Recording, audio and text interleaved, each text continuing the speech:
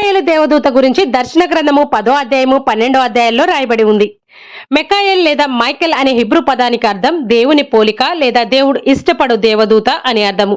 పరిశుద్ధ గ్రంథంలో మనం చూస్తే మిఖాయేలు దేవదూత ఎన్నుకోబడిన జాతికి సంరక్షకుడుగాను ఓదార్చే సన్మనస్కుడుగా ఉండడం మనం చూస్తూ ఉన్నాము. ఇంకా మిఖాయేలు దేవదూత ప్రధానంగా 4 పనులు చేస్తుంది. మొట్టమొదటిది ఏంటంటే సైతానుకు వ్యతిరేకంగా పోరాటం చేస్తుంది. రెండవది సైతాను బందీ నుండి విశ్వాసుల ఆత్మలను కాపాడుతుంది. మూడవది స్త్రీ సభకు ప్రత్యేకంగా కాపలా ఉంటుంది. నాలుగవది ఆత్మలను దైవ తీర్పుకు తీసుకుని వెళుతుంది. ఈ 4 పనులు ప్రధాన దూత అయినటువంటి మైకెల్ దేవదూత చేస్తుంది. ఇంకా మైకెల్ దేవదూతను చిల్లర వ్యాపారం చేసుకునే వారికి పాలక పునీతులుగా స్త్రీ సభ నియమించింది. పెద్ద పెద్ద కొండ ప్రాంతాల్లో నివసించేవారు మైకెల్ దేవదూత యొక్క సంరక్షణను కోరుకుంటారు.